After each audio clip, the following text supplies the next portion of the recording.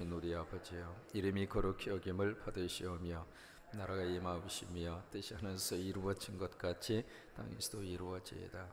오늘날 우리에게 일용할 양식을 주시옵고 우리가 우리에게 죄 지은 데를 사하여 준 것 같이 우리 죄를 사하여 주시옵고 우리를 시험에 들게 하지 마시옵고 다만 악에서 구하시옵소서. 나라와 권세와 영광이 아버지께 영원히 있사옵나이다. 아멘. 할렐루야.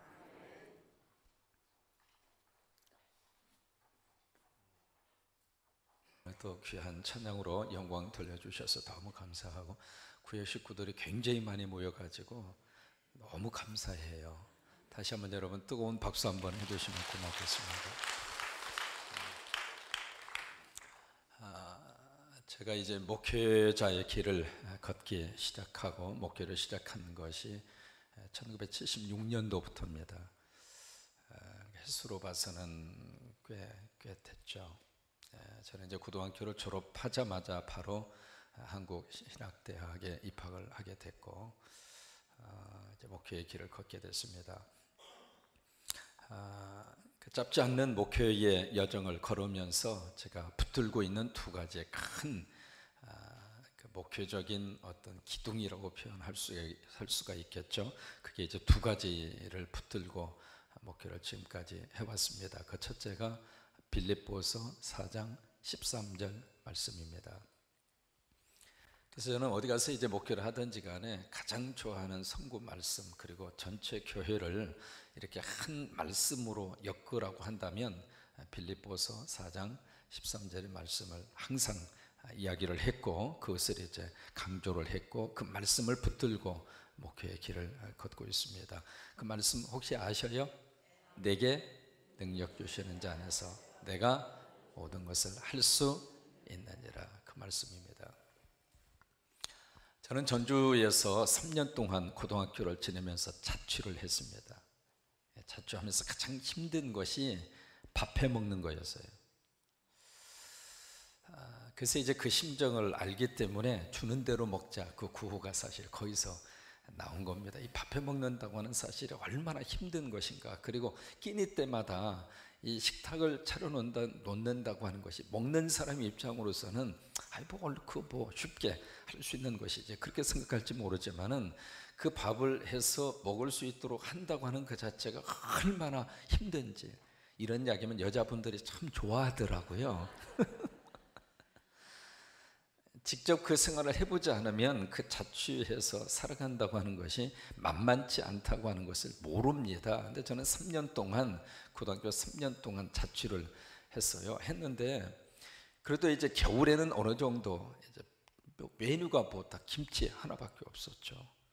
그때 무슨 먹거리가 뭐가 있습니까? 먹거리도 별로 없었고요. 김치 하나, 밥 하나. 그것도 밥도 연탄불 위에다가 이렇게 냄비해서 이렇게 올려놓고 거기서 이제 밥을 해서 먹고 살던 그런 시절, 뭐 거의 비슷한 그런 환경을 지낸 분들이 많잖아요. 한 번은 학교 끝나고 와서 하도 배고파서 냄비에다가 쌀을 해서 연탄불에 올려놨는데 그냥 피곤해서 그냥 잤어요. 그냥 고개 숙여서 꾸벅꾸벅 졸다가 잤는데 갑자기 안방에 이제 그 장로님 가정에 조그마한 그 집에서 방 하나 얻어가지고 자취를 하고 있었는데 안방에서 갑자기 쌩 그래요. 무슨 소리가 싶어서 눈을 떠보니까 세상에 연탄불 위에 냄비를 올려놓은 것을 잊어버리고 그냥 잔 거예요. 자니까 이 연탄불 위에서 이 냄비가 빨갛게 달아올라가지고 안방에서 보니까 빨간 이 냄비가 이렇게 보이니까 불이 날 것 같으니까 쌍하고 이렇게 부른 거예요. 그래서 정신없이 계속 가서 보니까 세상에 냄비가 빨갛게 달아온 것은 아깝지 않는데 밥이 타가지고 먹을 수가 있어야죠. 그래서 밥이 새까맣게 타서 가운데만 조금 이렇게 남아있더라고요. 그래도 그거라도 안 먹을 수가 없잖아요. 그거라도 이제 먹어야 되죠. 참 그때 내 깨달은 게 있습니다. 사람이 배부르면은 이것저것 따지는 것이 많지만 배고프면은 따질 기력도 없구나. 어쨌든 원망하고 불평 많이 하는 사람은 사막에 갔다가 처박아 놔야 돼. 이게요, 옷을 이것을 입을까 저것을 입을까 왜 걱정해요? 입을 게 많으니까 그런 거예요. 딱 한 벌 있는 사람은 걱정할 필요도 없고 염려할 필요도 없고 불평할 이유도 없습니다. 그냥 꺼내서 입으면 돼요. 여러분, 걱정이 많다는 이야기는 하나님이 복을 많이 주셨다 그 말이에요. 크게 아멘. 내가 지금 너무 걱정이 많고 고민이 많다는 이야기는 내 주변 환경이 그럭저럭 살만하다 그 말이에요. 그렇지 않으면 걱정도 고민도 할 여력도 없거든요. 그래서 그 새까맣게 탄 그 밥을 먹은 그런 경험이 있습니다. 근데 가장 힘든 게 반찬이야, 반찬. 겨울에는 그런 대로 김장김치 갖다가 먹을 수가 있잖아요. 그 당시 무슨 냉장고가 있습니까? 가장 힘든 것이 여름이었어요. 그래서 한 달에 2번 시골에 가서 쌀하고 김치를 바켓에다가 담아주면 그것을 들고 와서 한 달을 살아요. 한 달을 사는데 제가 살던 그 동네 김제군 봉남면 행촌이 4구 4번지 거기서 원평까지 해서 이제 금평을 지나서, 금평이 뭐야? 그쪽을 지나서 이제 전주까지 오는 버스를 타고 용마루 고개에서 내려가지고 그것을 둘러매고 그리고 이제 다가동으로 가고 진북동으로 가고 거기서 이제 자취를 했으니까. 근데 문제는 하루에 2번밖에 다니지 않는 버스를 놓치면은 봉남면 행촌의 4구 4번지에서 원평까지 걸어와야 돼요. 그 버스를 놓치면. 근데 2번을 놓쳤어. 놓친 이유가 옛날에는 다 차장이 있었잖아요. 그 차장 아저씨가 나보고 타지 말래. 그래가지고 밀려가지고 못 타서 그 버스를 놓친 거예요. 놓쳐서 그 쌀을 한 마를 둘러매고 이 등치에 쌀 한 마를 둘러매고 그리고 김치 바켓을 들고 원평까지 4km입니다. 4km를 걸어서 전주 가는 버스를 탔어요. 그래서 왜 그 버스를 놓쳤느냐면 아저씨가 타지 말라고 그래서 타지 말라는 이유가 바로 뭐냐면 바켓스 김치를 들고 이렇게 버스를 탔는데 버스가 기우뚱기우뚱 하는 바람에 이 바켓스가 엎어졌어요. 그래가지고 버스 전체가 김치통을 만들어 놓은 거예요. 그래가지고 나를 딱 기억하고 있다가 저 녀석은 김치통을 들고 타는 녀석 해가지고 전과범이 돼가지고 나를 못하게 한 거예요. 그래서 이제 2번이나 놓친 거예요. 그래서 꾀를 생각해냈죠. 저쪽에서 버스가 이제 막 먼지를 날리면서 버스가 오면은 앞에다가 쌀을 딱 놓고 김치통은 뒤에다 감춰놓고. 사람은 위기 앞에서는 다 살 길을 찾는 거예요. 그래서 버스가 딱 오길래 딱 쌀을 놓으니까 쌀만 있으니까 이 아저씨가 딱 쓰더라고. 딱 옛날에는 다 차장이 오라이 막 통통 틀으면 가고 막 그랬잖아요. 그래서 이제 쓰길래 잽싸게 쌀을 들어서 버스에 던져. 그건 내 거잖아. 그 다음에 돌아서서 김치 바켓을 들고 타는 거예요. 그러면 내 쌀이 있는데 그냥 갈 수가 없잖아요. 그렇게 해서 버스를 타시오. 근데 김치를 먹는데 3, 4일은 먹을 수 있습니다. 여름의 김치.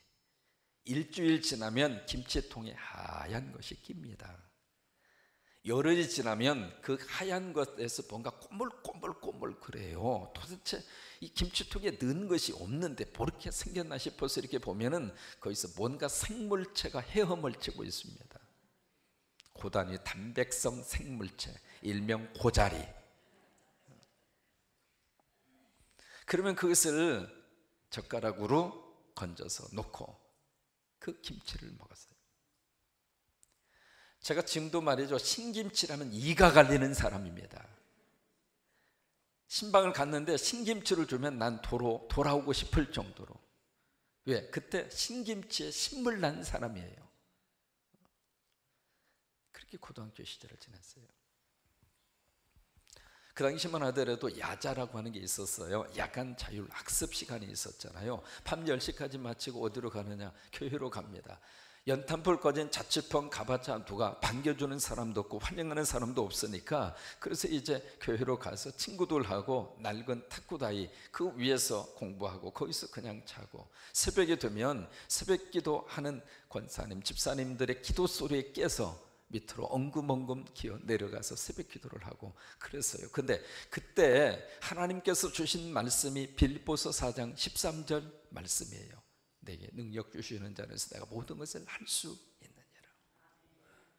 I can do everything through Jesus Christ who gives me strength. 그것을 영어로 써가지고 문을 열면 가장 잘 보이는 데다 크게 써붙였어요. 그게 나도 할 수 있다. 내가 지금 이 자취방에서, 연탄 불거진 자취방에서, 차가운 방에서 이렇게 고독을 씹으면서 내가 이 고등학교 시절을 보내고 있지만은, 누구도 나를 밀어줄 사람이 없고 누구도 나를 후원해 줄 사람이 없지만, 경제력도 없고 힘 있는 빽 있는 그런 친척도 없고 아무도 없지만은, 그러나 내가 할 수 있다. 저는 그 말씀을 붙들고 두 가지를 깨달았어요. 첫째로, 나에게도 힘 주시는 분이 있구나. 나 혼자 인생을 바닥바닥 사는 것이 아니라 나 혼자 어떻게 해서든지 이 불행의 늪을 헤쳐나오기 위해서 고생하고 애쓰는 외로운 인생의 고독자로 살고 있는 것이 아니라 나에게도 힘을 주시는 분이 있구나. 난 그 깨달음을 얻었어요. 두 번째는, 그분만 내가 만날 수 있다면 나도 이것을 뛰어넘어서 나도 할 수 있다. 그때 꿈꾼 것이 유학입니다. 나 미국 가서 공부하고 싶다. 무슨 놈이 미국 가서 유학을 해요? 그 가능성은 제로입니다. 0%. 6살 때, 지난번 잠깐 말씀드렸잖아요. 제가 이제 국민학교를 9살 때 갔잖아요. 별명이, 그것은 듣고 잊어버리세요. 남들 7살 때 들어갈 때 난 9살 때 국민학교, 초등학교를 들어갔고, 그러니까 고등학교 졸업하면 군대를 가야 돼요, 나이가. 그럼 군대 갔다 오면 어떤 가능성을 볼 수 있는 기회가 그만큼 줄어들잖아요. 그런 속에서 무슨 놈의 유학을 꿈을 꾸어요. 그래도 꿈을 꾸었어요. 왜? 빌립보서 4장 13절 말씀 때문에 내가 그 꿈을 꾼 거예요. 결론적으로 말씀드립니다. 결국 그 꿈은 이루어졌습니다. 비서실장 만나서 2번 만나고 참가하고 시집가고, 그래서 저희는 지금도 데이트 중입니다. 2번밖에 만나지 않고 했거든요. 어쩌다 성질은 급해요. 그래서 지금도 그때부터 제 삶 속에 빌립보서 4장 13절의 말씀은 너무 큰 은혜가 됐고 힘이 됐고 하나님의 능력이 됐고, 그래서 난 우리 젊은이들을 만날 때마다 빌립보서 4장 13절 말씀을 가지고 도전을 합니다. 목사님이 했으면 하나님 믿고 너희들도 할 수 있다. 내가 그 환경 속에서 꿈을 가지고 그 꿈을 이루었다면, 왜? 저는 그 꿈대로 하나님께서 이루어 주셨어요. 미국에 가서 미국 대학을 두 개나 할 수 있도록 하셨고, 결국에 가서는 박사학위까지 할 수 있도록 그렇게 하나님이 역사를 하셨어요. 그러니까 참 그때 깨달은 게 있습니다. 꿈 같은 꿈을 꾸면 꿈 같은 일이 이루어진다. 꿈 같은 꿈을 꾸면 꿈 같은 일이 이루어진다. 시작!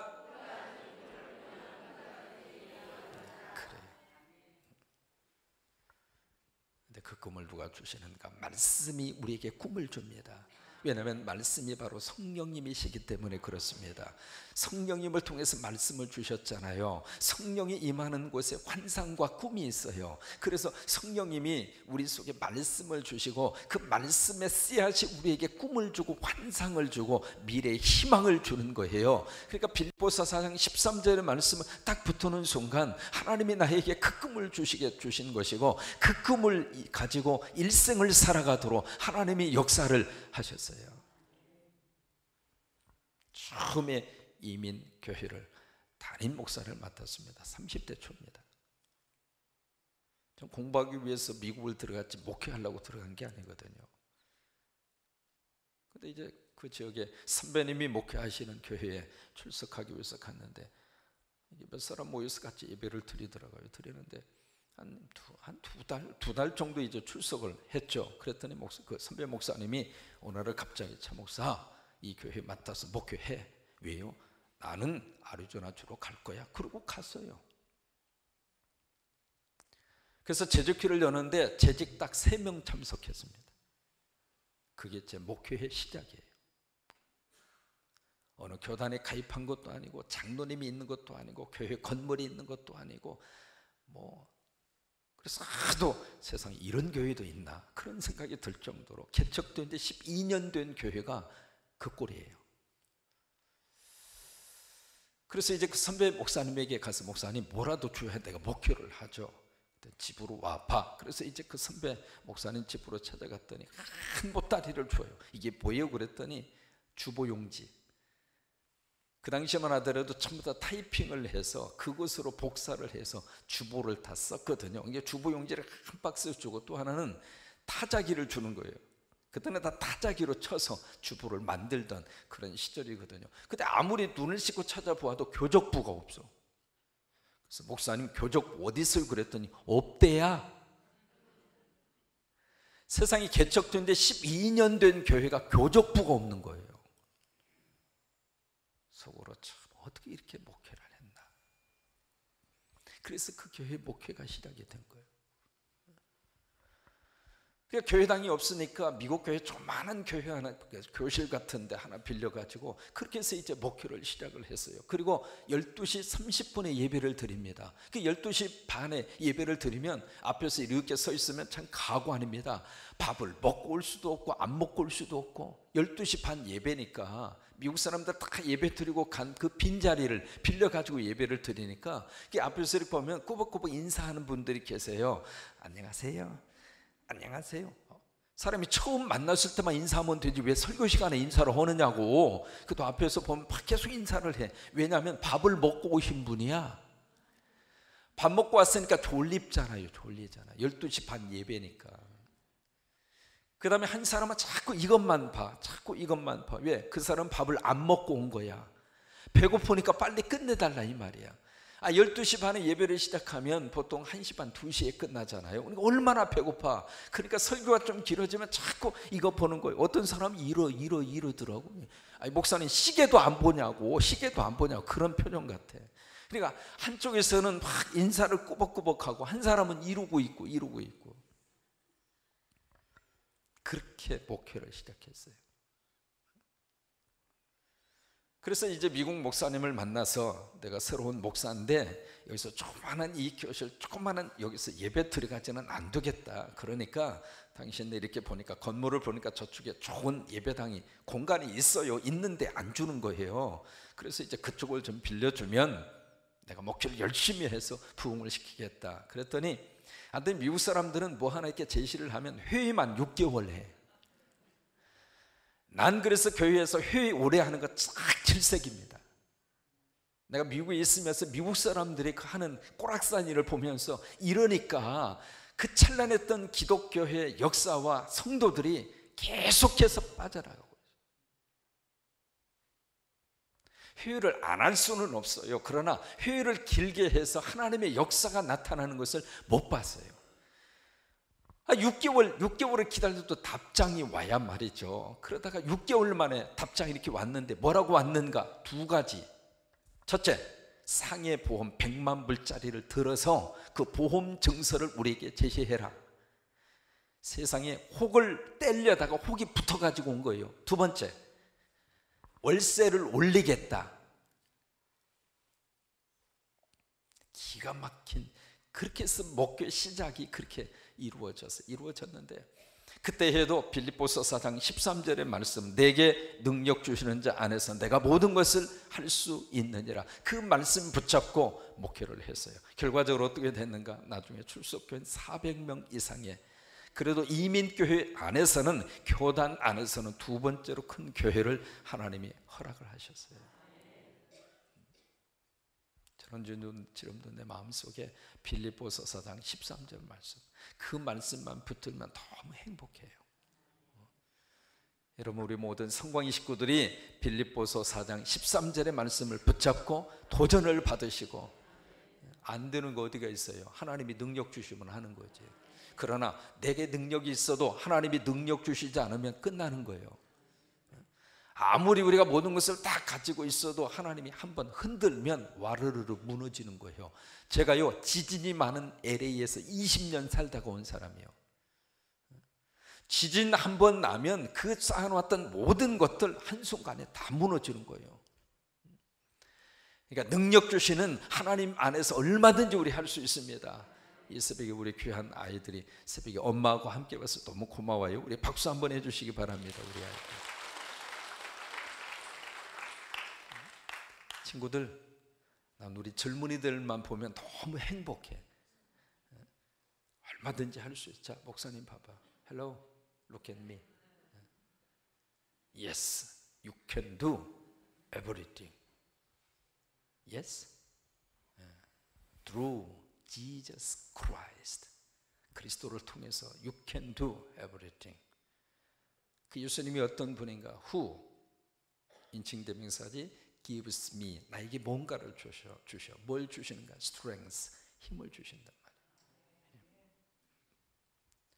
그래서 우리 모든 성광의 가족들이 빌립보서 4장 13절의 말씀 꼭 붙으시고, 제가 했으면 여러분도 할 수 있고, 능력 주시는 그분 안에 있으면 얼마든지 저와 여러분이 행복하게 살 수 있는 줄로 믿으시면 아멘. 성광! 그 다음에 두 번째로 제 목회에 가장 중요한 것 중에 하나가 나의 하나님이에요.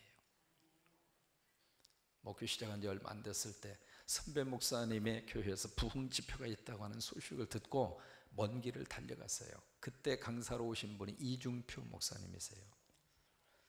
76년도에 이중표 목사님을 만나서 그분이 돌아가실 때까지 서로 호영호재하면서 함께 교제하고 지냈어요. 그래서 내 목회의 멘토가 바로 이중표 목사님이세요. 이제 그분이 이제 강사로 오셔서 집회를 하시는데 먼 길을 마다하지 않고 가서 은혜를 받고, 그리고 마지막 부르는 복음성가가 나의 하나님이었어요. 그 복음성가를 들으면서 너무 행복했고, 또 하나 주체할 수 없는 눈물이 쏟아졌어요.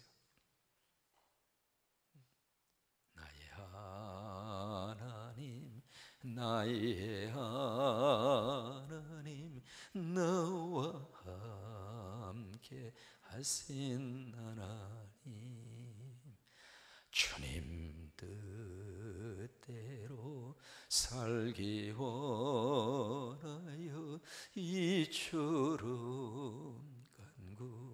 간구합니다. 아버지, 아버지.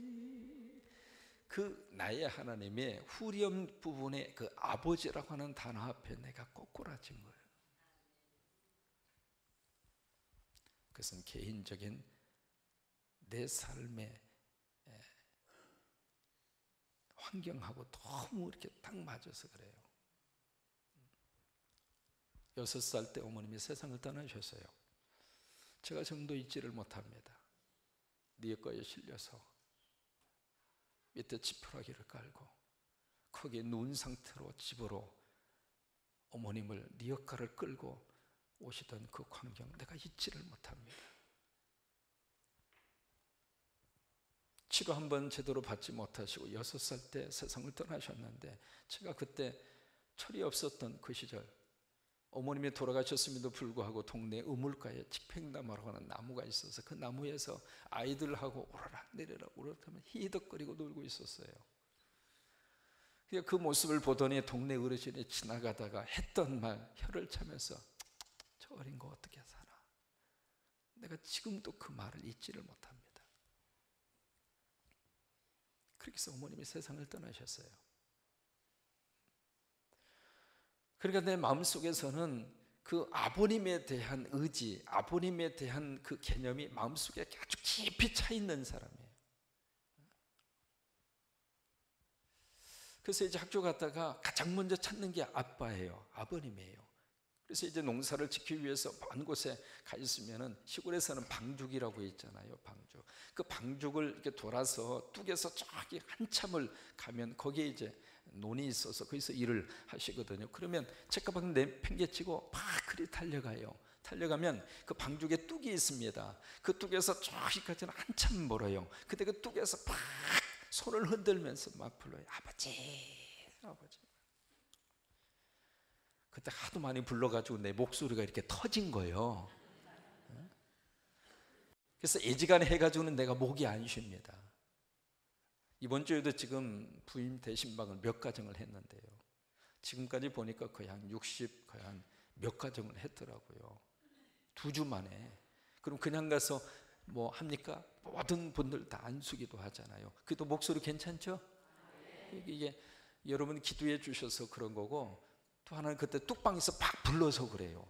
막 불러가지고 그러면 아버지 아버지 하고 부르면 일하시다가 그 자리에서 일어나서 손을 막 흔드세요. 그럼 막 달려가서 그 아버지가 일이 끝날 때까지 옆에서 놀다가, 그리고 해가 지면 이제 일을 끝내고 오시지 않겠어요? 그러면 그 삽을 가지고 이렇게 하면 삽을 일부러 달라고 그래요. 뭐 도와주고 싶어서. 그러면 삽을 딱 들면, 그때는 키가 자라다 말아, 지금은 대한민국 표준 키지만 키가 자라다 말아가지고 이 삽을 들면 질질질이 끌려요. 이렇게 들 수 있는 것이 아니라 그 끌리면 땅에 끌려가지고 탁탁탁탁 얼마나 그게 시끄러워요. 그래도 아버지는 한 말씀 안 하시고 집에 올 때까지 그 소리를, 자식이 끌고 가는 그게 이제 행복했던 것 같아요. 그러던 아버님이 고등학교 2학년 때 간경화증으로 세상을 떠납니다. 예수병원에 오셔서 진찰을 받으시고 수술 한번 받지를 못하고, 왜? 돈이 없어서, 가난해서. 간이 굳어졌는데 옆에 앞에서 이렇게 만지면 갈비뼈 사이로 간이 만져질 정도로 그렇게 딱딱하게 굳어지는 간경화증. 그때 아버님이 48에 세상을 떠나십니다. 저는 48살 그 이후, 제가 48살 된 그 이후의 삶은 하나님이 나에게 드물어 주시는 삶이다, 그 생각을 가지고 제가 살아요. 난 아버님보다 더 오래 산다, 내 인생은 얘부터는 틈이다, 그 생각을 가지고 살아요. 그래서 저하고 비서실장이 어디를 떠날 때는 다시 이 자리에 돌아오지 않아도 괜찮을 정도로 모든 것을 완벽하게 정리하고 갑니다. 내가 다시 이 자리에 100% 올 수 있다고 보장받고 떠나는 사람이 어디가 있어요? 올 수도 없으니까 내가 여기 오지 못하더라도 뒤탈이 없도록 다 정리를 하고, 그리고 마지막 유서까지 쓰고 그리고 떠나요. 그게 아주 습관이 돼 있어요. 그래서 48살 지난 다음부터는 내 인생이 듬이다, 그렇게 생각하고 살아요. 왜? 아버지보다도 오래 살고 있으니까. 그래서 그 아버지에 대한 그리움과 사무침이 남들보다 좀 달라요. 이제 그런 마음을 가지고 있었는데, 그 나의 하나님을 딱 그때 아버지라고 하는 단어가 딱 접하면서 얼마나 마음속에 뜨거운 눈물이 솟구쳐 오르는지, 그래서 그때 결심을 했습니다. 앞으로 내 목회하는 동안 이 복음성가를 가지고 내가 목회를 하리라. 그래서 그것을 가지고 거기에 교인들하고 기도원에 갔습니다. 기도원에 가서 밤새도록 불렀어요, 그 나의 하나님. 마침 KBS 악단 출신의 집사님이 계셔가지고 반주를 얼마나 잘해주는지, 그래서 그 반주에 맞춰서 부르고 또 부르고 부르고 또 부르고. 처음에는 그 아버지라고 하는 단어가 육신의 아버지가 그리워서 말이죠, 보고파서 막 울었어요. 울면서 그 복음성가를 불렀고, 그래서 육신의 아버지 생각에서 막 부르고 또 부르면서 이제는 하나님 아버지로 발전이 되더라고요. 신기한 걸 하나 그때 깨달았어요. 목사가 울으니까 성도들도 같이 울더라고요. 그래서 막 저도 울고 교인들도 막 울고, 그렇게 하면서 그 나의 하나님 그 찬송가를 밤새도록 불러. 그때부터 내 목회회 가장 예배회 마지막은 나의 하나님으로 끝났고, 마지막 돌아가셔서 천국으로 환송해 드릴 때 마지막 찬송도 그 찬송 불러드렸어요. 그게 제 목회의 가장 중요한 중심축 가운데 하나입니다. 주님은 주기도문을 주시면서 너희는 이렇게 기도해라. 첫 번째로 주신 것이 하늘에 계신 누구 아버지? 우리 아버지.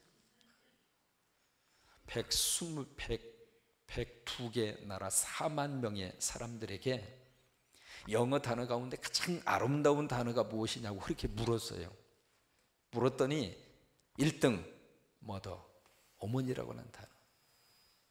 그러면 2등 father, 아버지라고 하는 단어이면 얼마나 좋겠어요. 근데 2등은 passion, 열정이라고 하는 단어. 3등 father, 아버지가 나오면 얼마나 좋겠어요. 3등 smile, 미소라고 하는 단어. 4등 father, 아버지가 나오면 얼마나 좋겠어요. 눈을 씻고 쳐다봐도 4등에도 없어요. 4등은 love, 사랑이라고 하는 단어예요. 그래서 그런 식으로 쭉 이렇게 찾아보니까 Father라고 하는 단어가 70등까지도 없어요. 이 땅의 아버지가 지금 어떤 모습으로 지금 사람들 눈 속에 비춰진 속에서 살고 있는 거예요. 그러다 보니까 예수님이 하나님을 아버지로 소개를 해드렸는데 지금 현실적으로 아버지에 대한 이미지가 땅에 추락하는 시대에서 살다가 보니까 하나님 아버지에 대한 이미지도 깨지고 있는 거예요. 인류학자 중에 마가렛 미드라고 하는 박사가 있습니다. 인류학자입니다. 그분이 그 이야기합니다. 지금 우리 사회 속에서 아버지라고 하는 아버지라고 하는 그 의미가 상실되고 아버지의 이미지가 훼손되면서 이 세상은 흔들리고 있다. 다시 회복해야 돼요. 회복해야 우리가 주기도문을 할 때 하늘에 계신 우리 아버지라고 하는 이미지가 가슴에 와닿는 거예요. 아버지. 여러분, 우리가 하나님을 아버지라고 부를 수 있는 것은 최고로 행복한 겁니다. 지금도 그 하나님이 우리와 함께 하시는 줄로 믿습니다. 그래서 예수님은 이 땅에 오셔서 여호와 하나님, 여호와여 그런 단어 거의 안 쓰셨어요. 딱 한 번밖에 안 쓰셨어요. 예수님은 모든 복음서 속에서 하나님을 부를 때 아버지라고 불렀고 겟세마네 동산에서는 아바라고 불렀고 그 아바라고 하는 말이 아빠잖아요. 그러니까 하나님을 향한 예수님의 호칭은 아버지, 아빠였습니다. 하나님 아버지가 오늘 우리와 함께 하는 줄로 믿습니다. 그 아버지 의지하시고 오늘도 승리하시게 되기를 주의 이름으로 축원하고 그 마음을 담아서 우리가 함께 부르는 찬송이 나의 하나님. 같이 한번 일어나셔서 같이 한번 부릅니다.